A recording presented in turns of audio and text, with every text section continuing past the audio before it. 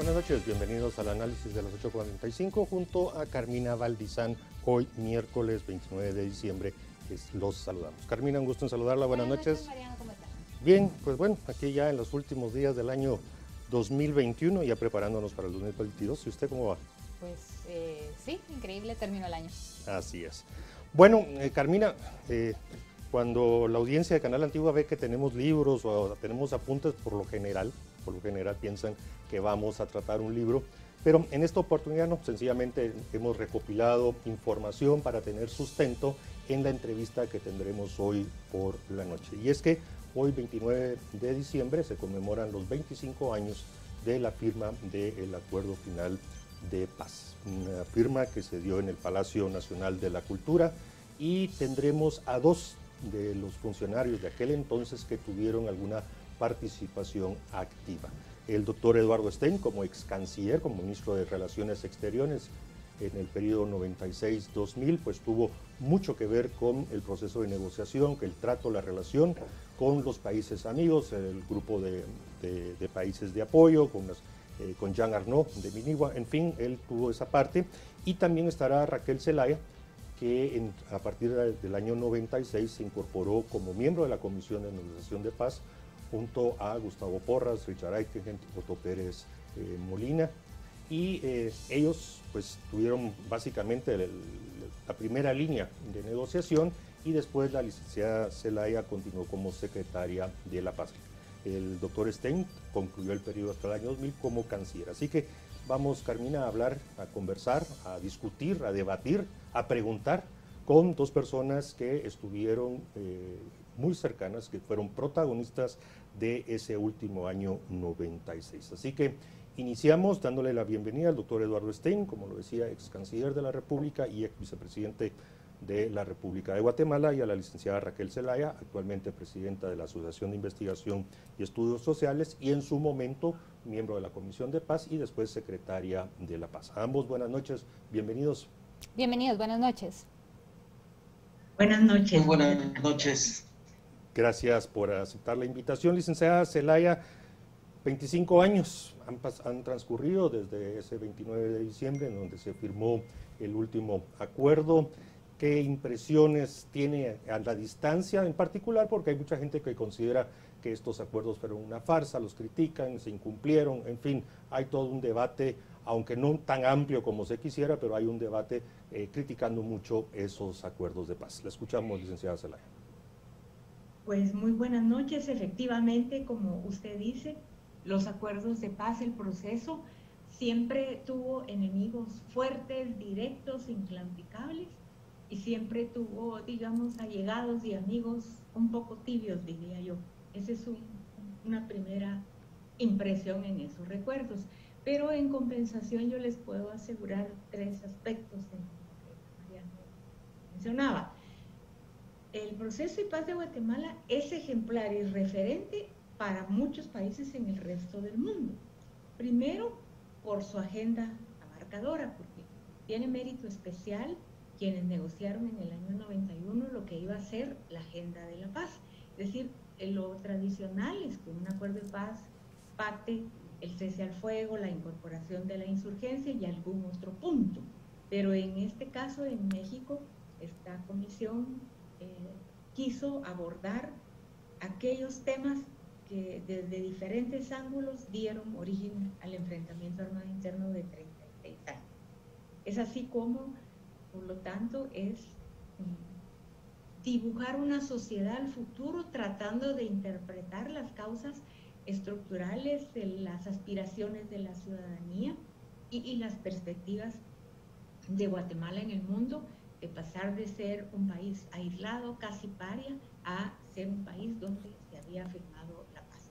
Yo creo que hay críticas, pero cuando se hace cualquier taller, cualquier reflexión, cualquier análisis, los faltantes coinciden exactamente, los temas, digamos, que todavía no han concluido de esos acuerdos de paz, coinciden exactamente con lo que la ciudadanía demanda.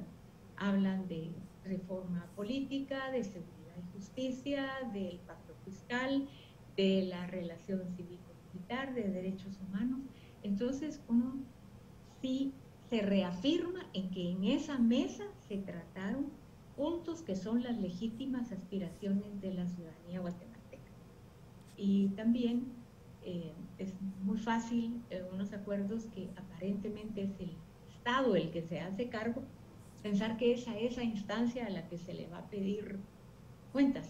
Y la verdad es que el gran desafío es concitar que partidos políticos, medios de comunicación, sociedad civil organizada, expresiones ciudadanas, se articulen en un fin común que es el logro de esa agenda y compromisos de paz que fueron pactados.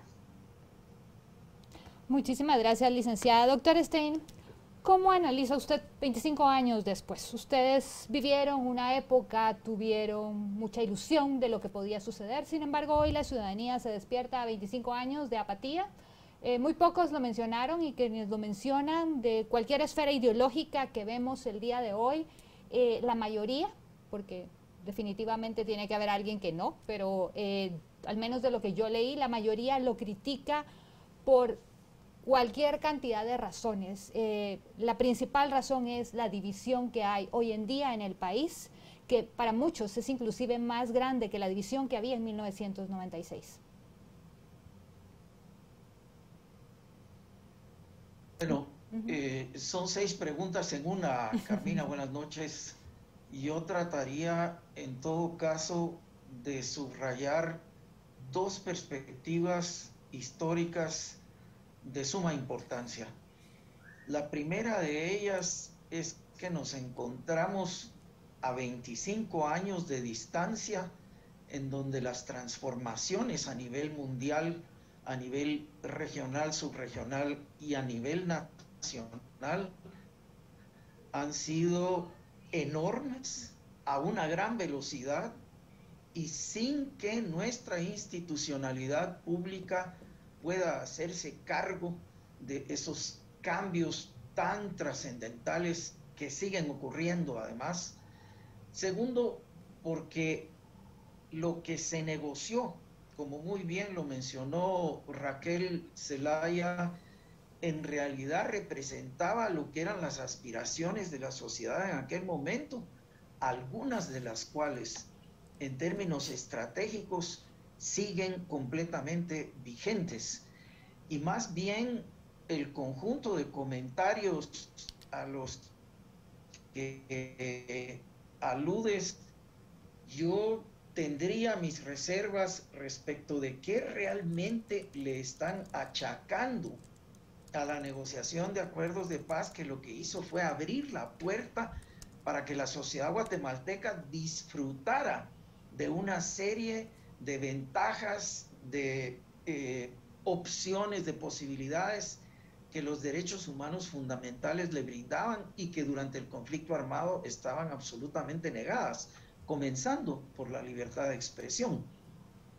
La gente que entonces a la firma de los acuerdos de paz tendría, no sé, 3, 4, 5 años de edad, apenas no tiene forma de recordarse con qué recelo y con qué reserva y con qué cautelas la gente en aquel tiempo hablaba incluso frente a terceros cuando no tenía la certidumbre de una confianza absoluta de que lo que se dijera no iba a parar a oídos las fuerzas de seguridad, de los aparatos de inteligencia, etcétera, pero también porque ha habido en efecto, y esto lo podemos constatar incluso a nivel de la cantidad de personas, sobre todo mujeres indígenas, que son ya votantes registradas en una realidad que antes no existía porque no se le daban posibilidades.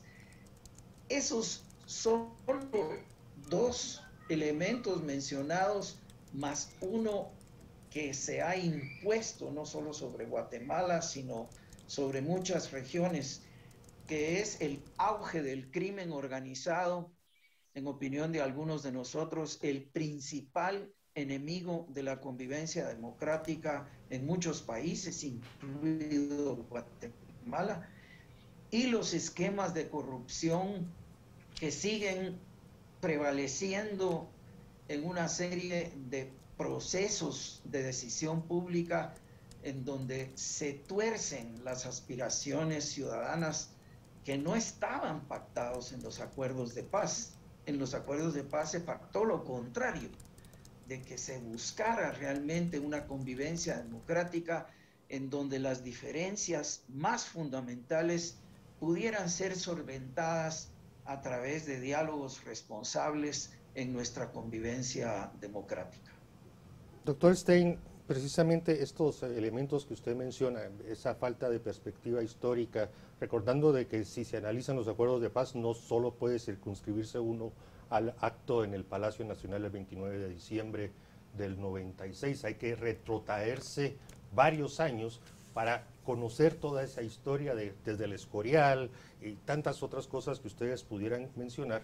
Y el tiempo es corto, yo solo dejaría la sugerencia. Pepe de Molina Calderón publicó hoy una columna en Prensa Libre donde destaca 5 libros. Yo creo que para empezar a entender ese proceso sería bueno que se leyeran esos 5 libros, iniciando con el de doña Teresa de Zarco. Pero mi pregunta, doctor, es, entonces, siendo el proceso que duró no un año, no el 96, no fue tampoco el 95, sino fueron muchísimos años, ¿cómo se debe de abordar este proceso de negociación que precisamente concluye el 29 de diciembre del 96?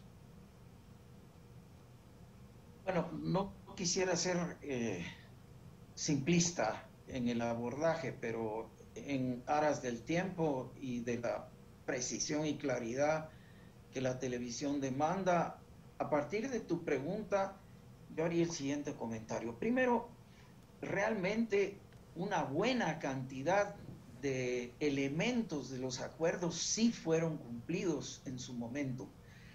Las partes estratégicas de la reforma del Estado guatemalteco y de la reforma de la sociedad guatemalteca en nuestras maneras de entendernos, de concertar futuro, por decirlo de alguna manera, es lo que ha quedado pendiente.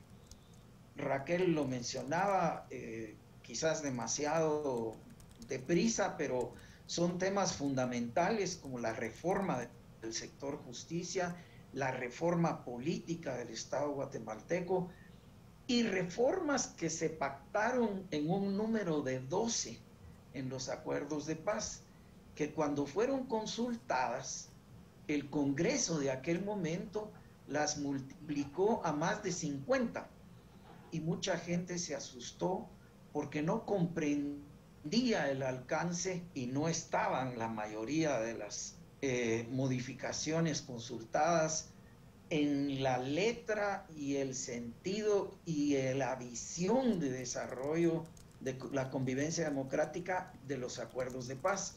Fue realmente quizás el principal obstáculo inicial al esfuerzo del cumplimiento estratégico de la reforma del Estado guatemalteco, cuando pues los diputados de aquella época decidieron incrementar o multiplicar los temas de reforma que más asustaron a la población, y quedó como resultado una rasgadura profunda en quienes dijeron sí, la mayoría del interior guatemalteco, y los que dijeron no, la mayoría de la capital y de 3 ciudades secundarias. Ese tropiezo es algo que debiéramos tomar en cuenta porque hubo un diseño concertado de obstaculización a lo que se había pactado. Y eso ha seguido produciéndose cada una de estas reformas. ¿Perdimos la comunicación? No. No, ya terminó. Aquí está, ok. Licenciada Zelaya, bueno, aquí hay muchos puntos de las negociaciones de paz que se dieron en ese momento. Sin embargo, se deja a un grupo importante que el día de hoy sigue cobrando su, pues, paga de lo que el tiempo que estuvieron sirviendo a la nación, porque recordemos que en el conflicto armado había alguien que estaba fuera del Estado de Derecho y dentro del Estado de Derecho. Las raíces de fondo ideológicas pues continúan al día de hoy, desgraciadamente, y esa es la división que hablamos, pero los militares están pidiendo un cobro, que a ellos no se les dio nada, se les dejó fuera, no se dio una amnistía, y esa amnistía es la que ha provocado que muchas personas se enriquezcan al día de hoy cobrando resarcimientos y cobrando y cobrando y cobrando ad infinitum, porque no hay un término para que estas personas dejen de saquear al país. Ya el daño se dio. ¿Cómo nos vamos a unir si dentro de los acuerdos de paz no se dan esas bases? En España se está tratando de defender muchísimo el tema de la amnistía, porque fue cuando termina el conflicto, la Guerra Civil Española, la que al final logra que España salga adelante y se convierta en un país del primer mundo. ¿Cómo Guatemala puede volver un país del primer mundo si no tenemos ni siquiera una amnistía y vamos a seguir encarcelando a cualquiera que le podamos comprobar que tuvo algo que ver, aunque haya sido generaciones atrás? Carmina, gracias por la pregunta. Es complicado de responder, pero creo que refiriéndonos a los hechos, el tema de la amnistía ni se dio ni era factible hacerlo. Guatemala ya ha suscrito convenios internacionales donde hay delitos de lesa humanidad que no importa quién los cometió, nunca van a ser objeto de amnistía. Sin embargo, recuérdese usted que de que se firman los acuerdos a que surge el primer juicio pasa mucho tiempo, porque cuando ese acuerdo se firmó justo se valoró nacional e internacionalmente que era un instrumento en lo que ambos reconocían excesos, que no se debiera esto de repetir, y anteriormente también se había hecho al informe de esclarecimiento histórico que quedaba clarísimo que nunca se iba a usar como instrumento probatorio en los juicios, perdón que yo no soy abogada, pero ese era como el sentido. Pasaron años para que esto se diera. Entonces es como un entendido, ¿verdad? Porque nadie puede en estos puntos llegar a entenderse más que las partes directas enfrentadas en la guerra. ¿Verdad? Desde fuera, desde quien no ha disparado una bala, desde quien no corrió riesgo o no lo vivió ni siquiera cercanamente, pues se aplica by the book, ¿verdad? Pero el tema es en la realidad. A mí me parece que fueron unos años en que, al contrario, éramos lo que yo dije en la primera presentación, un referente de que no se había, digamos, roto ese cese al fuego y ese inicio de actividades de normalización de la insurgencia. Entonces, el que ahora estemos llevados a esta situación de enfrentamiento, yo sí creo que quisiera creer que el tema no todo debiera de venir en resarcimientos económicos. Siempre lo menciono, cuando en pocas oportunidades, pero sí pude estar en comunidades rurales lejanas, la verdad es que las personas parientes de las víctimas desaparecidas jamás hablaron en términos económicos. Querían un reconocimiento de que su pariente no era un delincuente. Sabían que había una asimetría, porque cuando usted está en la insurgencia tiene una movilidad, tiene un hombre que no es el suyo, en fin, es muy difícil reconstruir esas partes. En términos del ejército esto es más fácil. Entonces yo le digo, ¿dónde se atraviesa el tema de darle prioridad al tema de resarcimiento? Por lo menos cuando el doctor Stein y yo formamos parte de la administración ARSU, nuestro ofrecimiento era primero salud mental, porque iban a volver a convivir en pequeñas comunidades personas que habían sido comisionados militares, insurgentes, soldados, en fin. Entonces, la salud mental era importante. Lo otro era inversión pública, porque el Estado guatemalteco, su economía no da para un resarcimiento directo a cada una de las víctimas. Entonces, que hubiera una especie de obras comunitarias que sirvieran para la reconciliación, digamos, sirviendo, no íbamos a decir, esta escuela es solo para los hijos de quienes fueron insurgentes y el hijo de un comisionado no puede ir ahí, pero sí la escuela iba a tener un nombre de una fecha o de un evento o de un catequista asesinado, qué sé yo, de reconocer la historia, pero tratar a la vez de unir. Y por las carencias del Estado guatemalteco, que el resarcimiento económico fuera cuando ya mediaba un juicio que fijaba tasaba esa situación. Lo que yo veo aquí, mucha confusión porque usted ve personas que reivindican ese derecho, pero si usted ve la edad, no sé yo a qué edad podían haber estado en el conflicto para reivindicar esta situación. El que está en el servicio militar tiene un régimen de prestaciones, de ICSO, de revisión militar. Entonces, son como situaciones diferentes. Yo por eso siempre refiero que se consulte los informes de MINUBA. A la insurgencia no es cierto que se le dio una serie de situaciones. Ellos tuvieron una incorporación corta a la legalidad e incluso como partido, para formarse como partidos políticos, recuérdese países donde los comandantes han pasado a ser senadores o diputados. Aquí se les dio la ley electoral y cumplieron punto por punto con ese tema. Entonces yo sí creo que en este tipo de reivindicaciones no solamente un poco difusas, porque yo puedo pedirle al Estado, ¿dónde está el que va a decir de dónde va a salir ese dinero, sea para quien sea? Vea lo precario de la situación del Estado guatemalteco, porque para los rezagos que tenemos, para la necesidad de avanzar en, por ejemplo, una educación que esté de cara a la tecnología del siglo XXI, pues hace falta muchísimo recurso económico. Entonces, yo creo que la polarización que ahora tenemos no es tan ideológica cuanto que se ha perdido muchísimo el sentido de pertenencia político, partidaria, como se dice que en la teoría que deberían ser los partidos políticos. Y yo me temo que el crimen organizado es un actor subterráneo de esta división, porque siendo como ha penetrado diversos estamentos de instituciones y Estado guatemalteco, si algo le conviene es que no haya consensos en relación a temas tan sensibles como ese. Licenciada Zelaya, sin duda una actualización de la Ley de Reconciliación Nacional creo que es justa y pertinente, y también abordar sobre todo a los que conformaron la tropa, que ellos sí no recibieron nada ni forman parte de ningún régimen de clase pasiva. Pero en fin, ese es un tema que todavía está en discusión. El año próximo seguramente volverá y tendremos la oportunidad de discutir más al respecto. Yo quisiera preguntarle... Pero ojalá no vaya a ser tema electoral.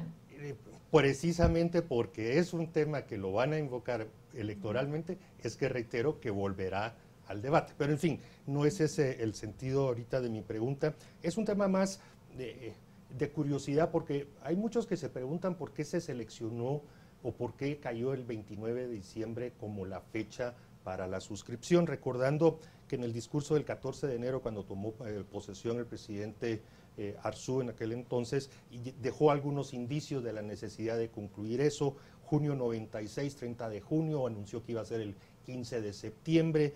En agosto empezó ya que ya no era posible en septiembre, y no es sino hasta noviembre, diciembre del 96 que se anuncia el 29. ¿Por qué específicamente esa fecha del 29 de diciembre, licenciada? Bueno, según mis recuerdos, el presidente Arzú era muy determinado en sus decisiones, y él dijo, yo negocio el año 96, y creo que fue una medida correcta, porque hay negociaciones que se prolongan más del tiempo porque no tienen una meta, y con él sí el tema era fijo, el año 96 se negociaba. Entonces, sí fue muy intenso, por ejemplo, el último acuerdo, que fue el de cronograma, que fijaba las fechas en que se iban a ir cumpliendo los compromisos en un cronograma que abordaba 3 fases. Incluso ese cronograma lo firmamos el mismo 29 de diciembre a las 10 de la mañana. Entonces, cuando a él se le plantearon situaciones desde casuísticas de que difícil que vengan diversas personalidades, que Guatemala no está acostumbrado a este tipo de actos el 29 de diciembre, absolutamente no. Él fijó que él negociaba el año 96, y entendería yo que después hasta habló, no sé si eso era lo posible, pero de pedirle una mediación a Naciones Unidas o acudir a otro estamento. Entonces, realmente la explicación única es en la decisión firme del presidente Arzú que él iba a negociar en el año 96, punto. Doctor Stein, usted era canciller del país, de la República, durante la firma de los acuerdos de paz y posteriormente usted llega a la vicepresidencia de la República. Para muchas personas, y tengo un par de comentarios de televidentes que están cuestionando, es, conociendo usted cómo conocía los acuerdos de paz, habiendo estado desde un inicio en la parte ideológica y llevando a cabo negociaciones y demás, ¿cómo permitió que la CICIG entrara a Guatemala, que para muchos es precisamente donde termina esta transición política que se esperaba de Guatemala hacia una paz duradera, donde realmente, digámoslo así, los grillos saltaron del caldero de agua hirviendo y la situación en Guatemala ha venido para desmejorar, desgraciadamente? ¿Usted cree que hubo algún fundamento ahí sobre los acuerdos de paz o desgraciadamente no se tomaron en consideración o no se pudo prever lo que nos iba a pasar posteriormente? Carmina, no quisiera ser irrespetuoso, pero has utilizado términos y argumentos en tu planteamiento y tu pregunta que sugerirían ciertas capacidades o poderes decisorios sobre una decisión que venía desde afuera. Esto no fue así. El presidente Berger y un servidor de ustedes pudimos plantearle a las autoridades de la Corte Suprema de Justicia, en particular a su presidente de aquel momento, el que Guatemala necesitaba, en línea con las reformas de los acuerdos de paz, poder modificar de alguna manera dos elementos que nos estaban causando muchísimas distorsiones en el sistema de justicia guatemalteco. Uno era la supervisión de la carrera judicial. Como todos saben, cuando un magistrado de la Corte Suprema dejaba de serlo, volvía a ser juez de instancia superior, pero juez. Y la Corte Suprema de Justicia tenía, además de su responsabilidad de juzgar, otras responsabilidades de tipo administrativo, incluyendo la supervisión de la carrera judicial. Entonces era muy difícil, y lo vimos al analizar varias Cortes Supremas de Justicia, era muy difícil que un magistrado quisiera disciplinar a un juez en servicio por haberse excedido en sus funciones o haber tomado decisiones contrarias a su mandato, porque al dejar de ser magistrado de la Corte Suprema y volver a ser magistrado de instancia superior, pero juez al fin, y si alguno de los disciplinados llegaba a su vez a ser magistrado de la Corte Suprema, se cobraría la factura. Entonces veíamos que no era realmente un sistema eficaz para disciplinar el comportamiento de los jueces en los tribunales de justicia. Y como en la mayoría de países existe un ente separado de la Corte Suprema de Justicia, autónomo respecto de la Corte Suprema de Justicia, que hace precisamente eso, vigilar y auditar, si se quiere, a todo el personal de la carrera judicial en servicio, jueces, fiscales, etcétera, pero es un ente totalmente independiente. Lo que nosotros buscábamos era ver si era posible que la Corte Suprema de Justicia se animara a una revisión en ese sentido, sobre todo que tuviera que transformar, yo tampoco soy abogado, pero el sistema por medio del cual se vigilaba la carrera judicial y también se hacían las promociones dentro de la carrera judicial, uno. Y dos, la ley de amparo que los constituyentes la aprobaron en su momento precisamente para contrarrestar lo que había sido históricamente un sistema de abusos de los cuerpos de seguridad del Estado, en realidad se había convertido en manos de abogados sin escrúpulos en un instrumento para detener los juicios, para detenerlos hasta la eternidad, si tenían la habilidad de hacerlo. Entonces, ¿cómo reformar el alcance y los ámbitos de aplicación y su método de precisamente este elemento de legislación que en su momento pretendió ser un esfuerzo de fortalecer la defensa de personas, de familias, de comunidades en el ejercicio de sus derechos humanos? Doctor. Bueno, tardaron un año en producir las recomendaciones y las sugerencias, y para los que, siendo abogados y para los que no éramos abogados, era evidente que había sido un trabajo bastante modesto y bastante superficial. ¿Y en dónde estaban los principales problemas que se enfrentaban en el aparato de justicia en aquel momento?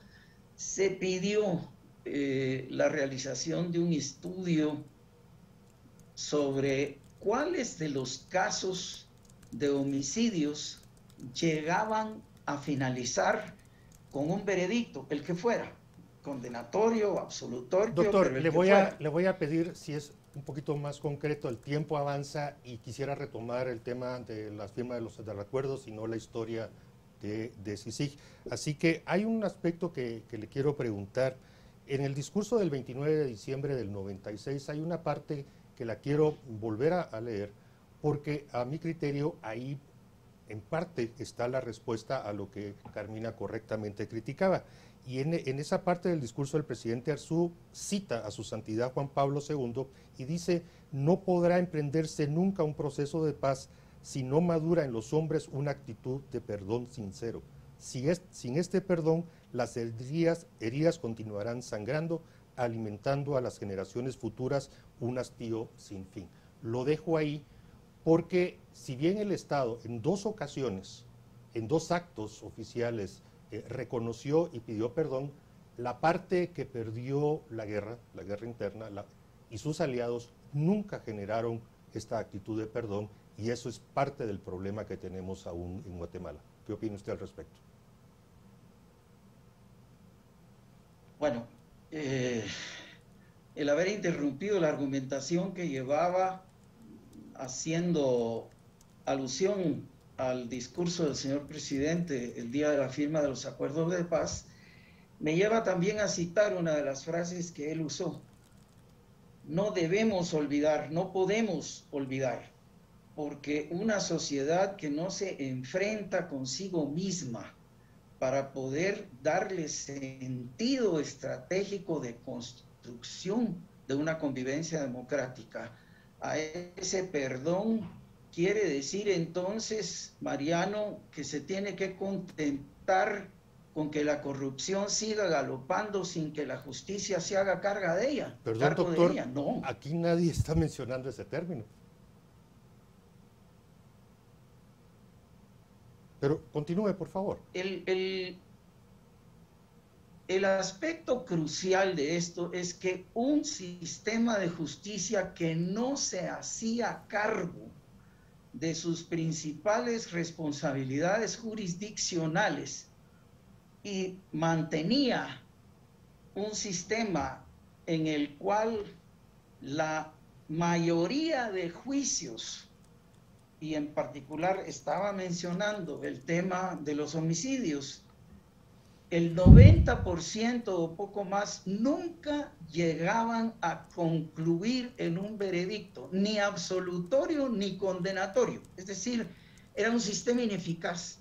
Entonces se buscó el apoyo internacional para fortalecer el Ministerio Público en su capacidad de investigación judicial, de investigación criminal.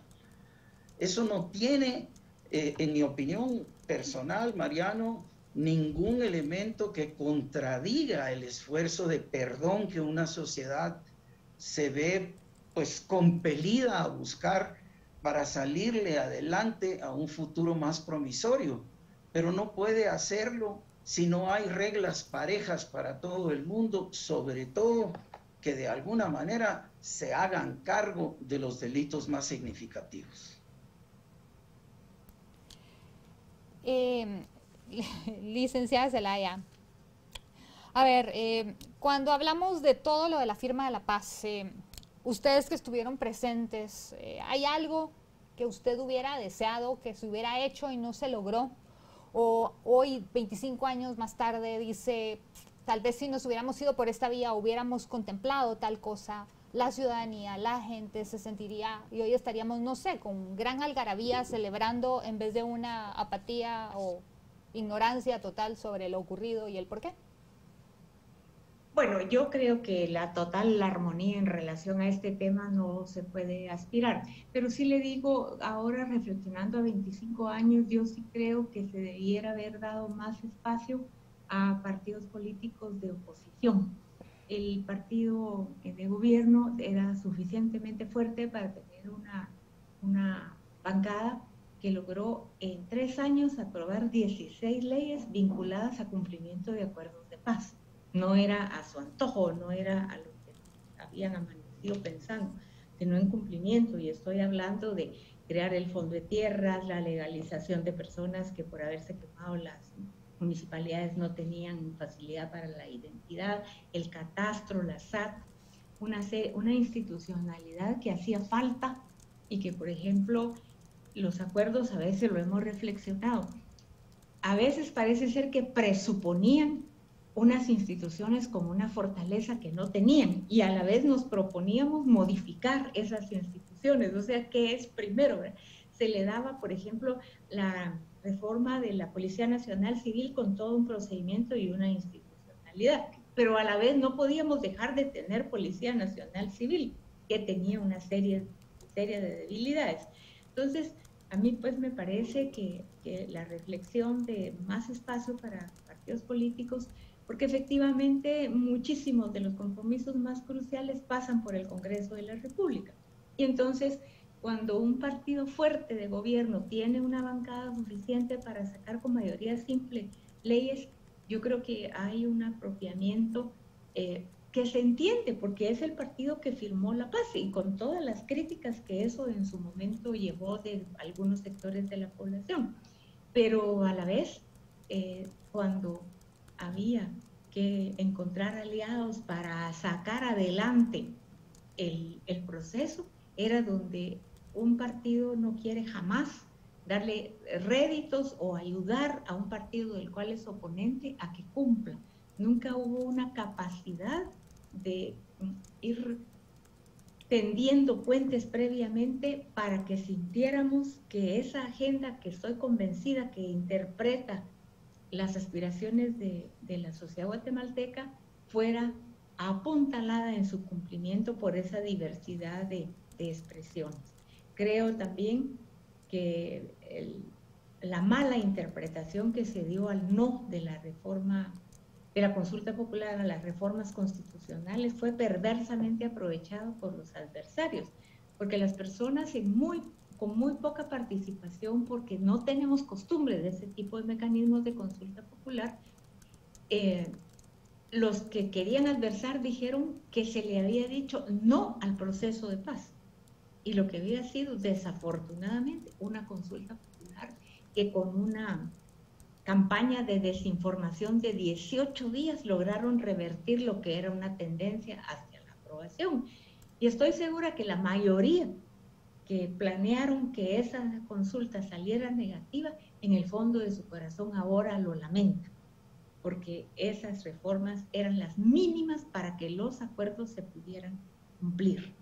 Y ahora pues usted ve que cuando se ha hablado simplemente de reformas del sector justicia, se ha hecho una enorme tergiversación y cada sector quiere poner un elemento que le interprete y no el sentido profundo de la letra y el espíritu de los acuerdos de paz. Licenciada Zelaya, hay dos hechos que muchas veces escapan o ya se están olvidando. Yo le quiero preguntar y le pediría que fuera muy concreta. Tanto el secuestro de la señora Novela creo que fue septiembre, octubre del 96, y posteriormente la posición de China en el Consejo de Seguridad de Naciones Unidas, ¿usted considera, o sea, primero valorarlos, qué significaron para el proceso, primero para el tema de la firma del 29 y después para la implementación del proceso de los acuerdos? ¿Qué destacaría usted o qué tanto en peligro pudo haberse puesto la negociación y la suscripción con estos dos hechos? Se lo recuerdo, el secuestro de la señora Novela por parte de ORPA y la posición de China en el Consejo de Seguridad. Bueno, yo diría que para el proceso de paz, lo más nefasto que le pudo haber pasado es ese desafortunado secuestro de la señora Novela, porque aunque se intentó encontrar una forma de rescatarla sin daño y sin pagos y sin esto, hizo un daño, fue algo muy, muy desafortunado, una mancha que no se puede justificar ni explicar y que dañó tremendamente el que ese secuestro se diera en septiembre y la firma se dio en diciembre. Estaba muy fresco para las personas el secuestro de una señora de 90 años que en silla de ruedas y que iba a misa, con toda la impunidad y sí que se pueda proceder. O sea, lo más desafortunado, y se sabe que eso significó el retiro de la mesa del comandante de ORPA como la medida política que el gobierno podía tomar más drástica, pero que a la vez no votara el proceso de paz. Fue de lo más, es todavía a 25 años recordarlo, duele mucho ese desafío. Y en relación a lo de China, solo debo decir que el doctor Stein justamente fue una figura clave, porque entiendo que por una sensibilidad de China en relación a que se mantenían relaciones con Taiwán por Guatemala o Taiwán iba a ser invitado a los acuerdos de paz y China es miembro del Consejo de Seguridad, quería vetar la venida de boinas celestes, que fueron las fuerzas de Naciones Unidas de 16 gobiernos que ayudaron a tener esquemas de seguridad para que no hubiera, digamos, ninguna posibilidad de enfrentamiento cuando se estaba dando la fase inicial de incorporación de URNG a la legalidad. Y ahí es donde una intervención del doctor Stein como canciller y de la propia URNG con los contactos que tenía con China lograron revertir el resultado. Fueron horas muy cruciales, fueron negociaciones de muy alto nivel hechas con una enorme maestría, y yo entendería que también nuestro embajador en Naciones Unidas, Eddie, no sé si me equivoco, era el doctor Rosenthal, y entonces todo eso hacía un conjunto de personalidades de mucho reconocimiento internacional y en estos tipos de organismos, y sí, fueron dos pasos muy, muy cruciales, pero con todo no hay parangón entre lo del tema de China, que por supuesto iba a vetar la venida de las boinas celestes, pero el tema de la señora Novela a la fecha sigue siendo una herida que no se cierra, porque de veras fue un asunto alevoso. Doctor Stein, estamos prácticamente sobre el final y quisiéramos que pues, nos dé un mensaje final sobre la paz y lo que significa para el momento histórico en el que estamos y las generaciones, para todos los que seguimos en este país tratando de remendar lo que no hemos podido todavía a lo largo de los años. Gracias, Carmina. Yo creo que es fundamental tu pregunta, comentario. Hay fuerzas oscuras que han infectado la institucionalidad pública y grandes sectores y territorios en Guatemala para mantenernos divididos. Y es responsabilidad nuestra como sociedad el poder superar esos antagonismos y encontrar vías de concertación que nos permitan arribar a una agenda mínima que todos estamos buscando. Por lo tanto, hay elementos en los acuerdos de paz que siguen vigentes y que necesitamos actualizarlos a las condiciones de hoy para superar esas divisiones profundas en las que hay fuerzas oscuras interesadas en mantenernos. Superar esas divisiones es indispensable para poder sacar adelante al país y sacarnos como sociedad adelante. Muchas gracias. Licenciada Zelaya, un mensaje final con motivo de esta entrevista y esta conmemoración. Pues a mí me viene a la mente la juventud guatemalteca. 70% de la población más o menos tiene menos de 30 años. Y creo que es crucial la forma en que a ellos se les transmita la historia, los desafíos, las posibilidades de los acuerdos de paz, porque lo he dicho en otras ocasiones.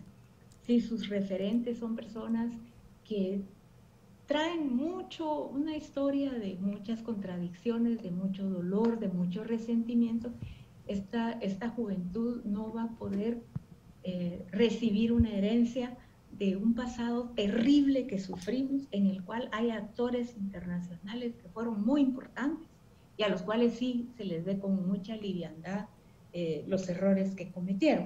En tanto, acá tiene que haber para la juventud, con todos los métodos que ahora las redes sociales y diversas formas de comunicación presentan.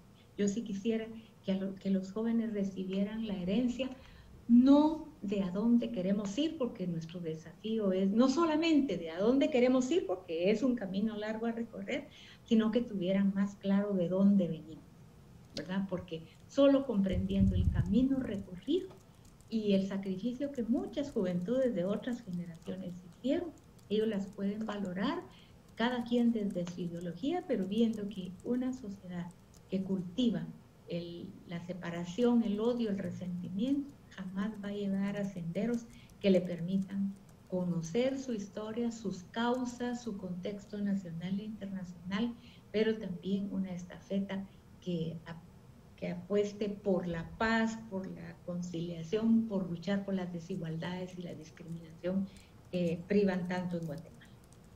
Bien, agradecemos a la licenciada Raquel Zelaya y al doctor Eduardo Stein que nos hayan acompañado esta noche. Les deseamos un feliz año nuevo también. Muchísimas gracias y muy feliz año. Buenas noches. Bien, Carmina, cerramos y yo quisiera recuperar ese mensaje de Raquel Zelaya.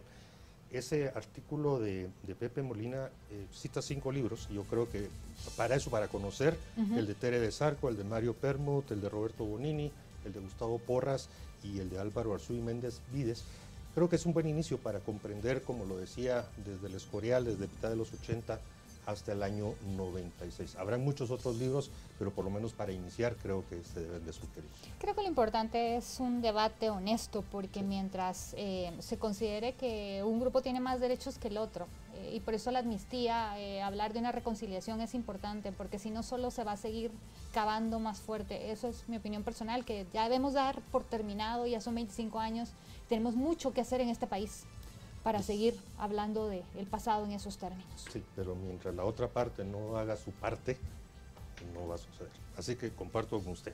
Mientras tanto, les deseamos a todos un feliz año 2022. Espero que nos acompañen.